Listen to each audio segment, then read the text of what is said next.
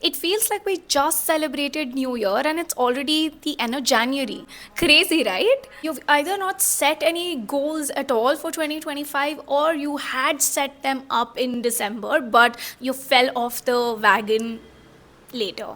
I mean, do you even remember how excited we were for 2025 in December? Dreaming big and planning for the best year yet, and promising ourselves that this year it's going to be different. And then here we are. Here's the thing, nothing changes if nothing changes. If you are living like you lived in 2024, don't expect any different results in 2025. But here's the thing, if you are committed to changing your 2025, even if it means a little later than Jan 1st, watch this video till the end because I'm going to give you a step by step action plan to actually change your life in 2025. Here's everything that we will be covering in this video. And hey, if my content resonates with you, you should totally hit that subscribe button because this year I'll be posting absolute gold nuggets for you to upgrade your life and make this year the most rewarding and fulfilling year of your life. This can be your anchor point to stay motivated. And with that, let's talk about why does this happen to us every year? Why do we fall into the same patterns of setting big goals for our life and wanting to change our life, but then within just a few days or weeks we fall off track and the saga continues? There are majorly 4 reasons for this. Let me drop the truth bomb. Most people set their goals but not the systems. They rely on willpower, which basically is like relying on the battery that they recharged on Jan 1st, and once the battery is drained and it's over. Relying on your willpower and motivation is one of the worst things you can do to build habits. So this time around, we'll change things and start focusing on systems. Number 2, shiny object syndrome. We see so many things on a day-to-day basis, so much in our real life, so much in the real world as well. And we kind of get impacted by what other people are doing, achieving, hoping and dreaming and aiming for. For example, back in I think 2022 or 2023, I really wanted to grow this YouTube channel. That was what I thought in the beginning of the year. But then suddenly somewhere I heard that setting up your marketing agency would be the next big thing of your life, and that's what will take you to your next level. And I thought, oh, that sounds good, and I decided to start my agency, even though it was not at all my goal, did not really align with my values at all. So I went off track. I did not focus on my YouTube. I focused on wrong things, and here I am. Third thing is, we tend to become too hard on ourselves. When we mess up once, we give up too easily. You know, for example, you go on a no sugar diet for 15 days, but on day 3 or day 4, somebody gives you their birthday cake, or you have a very strong craving for your favorite chocolate, and then you eat it and then you decide, it's over now, and then order a tub of ice cream for yourself. Yeah, just giving up too quickly. That's the reason. And lastly, external reasons, of course. Something beyond your control happens and then it kind of ruptures your regular routine or system or habit that you're trying to build. Like, for example, you decide you want to wake up early, and 5 days you're good, and 6th day you have a lot of work and you pull an all-nighter, and then you're not able to wake up next day on time and your sleep cycle gets messed up, and then yeah, it was beyond your control though. First, understand what is your reason to go off track. Figure it out and put it in the comment section below. It's not necessary that it's only just one reason because of which you're going off track. It could be 1, 2, or all the 4 as well.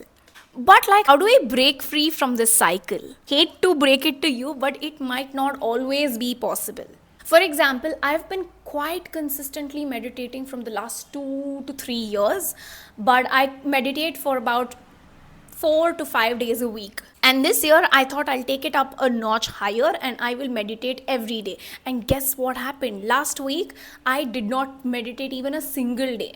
So basically, it happens. So first step is to understand that this is normal. This is how we humans are.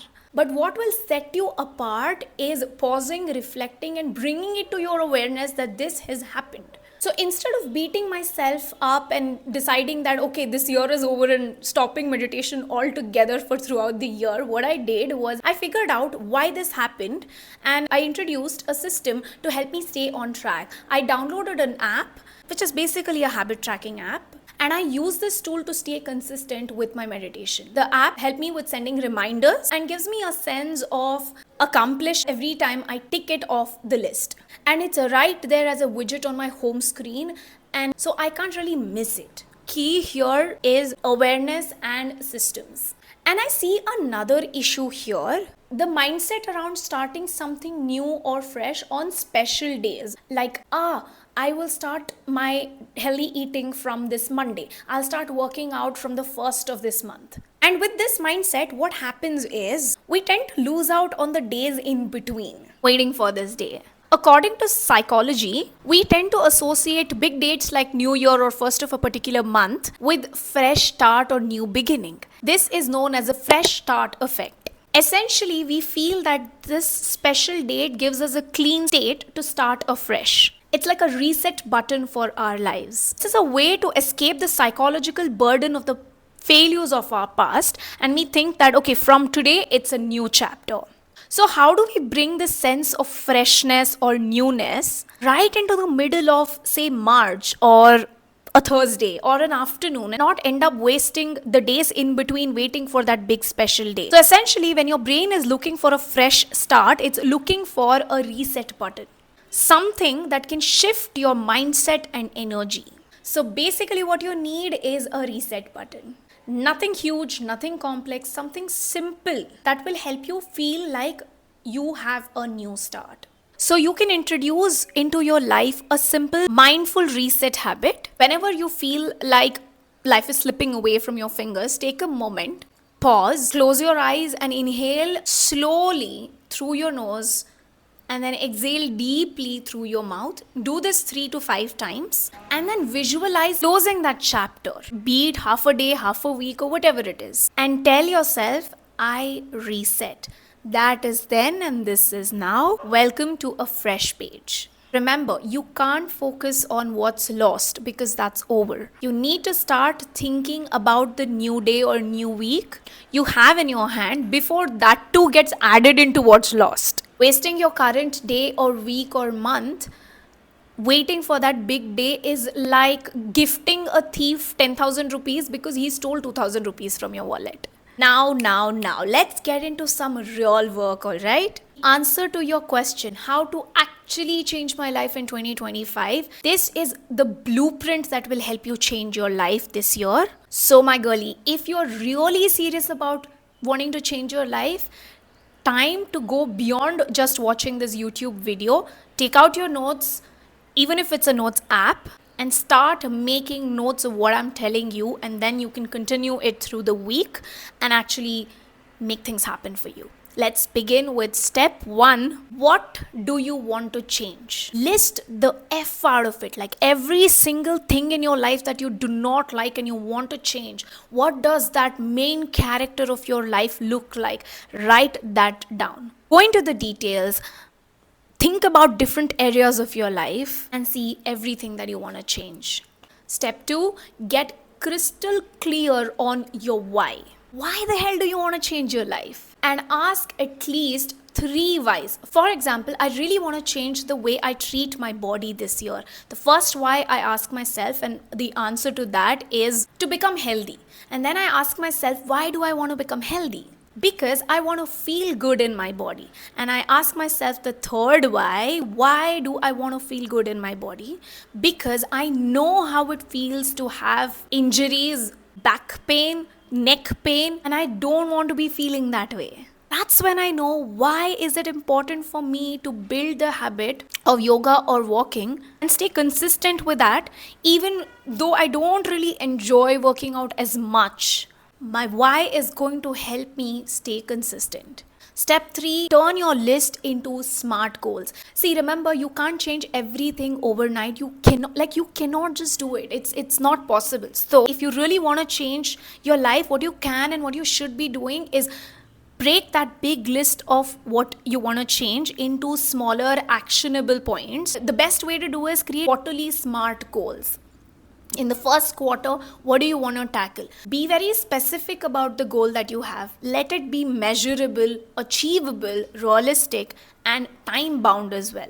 Let me know in the comment section below if you really want me to break this step down into a whole freaking video and help you create your own SMART goals. If you know me, I try to make things as actionable as possible with worksheets, more elaborate tutorials. So let me know if you want that. And with that, let's move to the Step 2. Step 4, create systems for your goals, because just goals won't be enough. Goals are the results of what you want to achieve. Systems are the processes that will help you achieve those goals. And remember, creating systems that will suit your life is the utmost important step, because if you just copy paste my system, for example, where I wake up at 5 in the morning and give that first 1 hour or 90 minutes for myself, working out and meditating and journaling, if you just copy paste my system into yours without understanding that you have a work that demands you to stay up till 11 p.m. and then you unwind and sleep only by 12 or 1 a.m., it's just not going to work. So create a system that will freaking work for you. Step 5 is to surround yourselves with the right kind of people. You are the average of 5 people that you spend the most of your time with. So choose your people wisely. When I had a circle of friends who took advantage of me, laughed at my goals, and told me as if you'll be able to achieve that, you lazy girl, I believed them and I wasn't really able to achieve much. And when my circle evolved, and I had friends who cheered me, supported me, celebrated my wins, and told me that you go girl, you'll be able to do the things that you want to do, I thrived even during my low phases. And that brings me to my 6th step: celebrate even your little wins. I know I've said it many times, but I'm going to say it a lot more times as well because of how important it is. In the book, The Progress Principle, researchers mentioned how making progress on meaningful work, even the small progress, was a single most important factor in further motivation, boosting happiness and productivity. Basically, even the tiniest celebration that you do triggers to your brain that you are doing well, and then that helps you in putting in the work for your bigger goals and achievements. And my final point is to commit to yourself and being kind to yourself no matter what happens, bringing yourself back to the anchor point of what, why, and how. If you are ready to take your self-growth journey seriously, I request you to subscribe to my channel, because this year I have a long list of content ideas which I've picked up from the pain points of my ideal audience, which is you, and I'm going to make very actionable, simple, logical, legit solutions for those problems, and I'm sure you'll love it. You don't want to be missing any video from me. And if you want further support from me, I have a community of 200 plus amazing women who are on a journey towards self-love. Link to joining that WhatsApp group is in the description below. Check it out. So let me leave you with this today. You are one decision away from a completely different life, and it all starts with taking the first step today. Let's be iconic, one move at a time.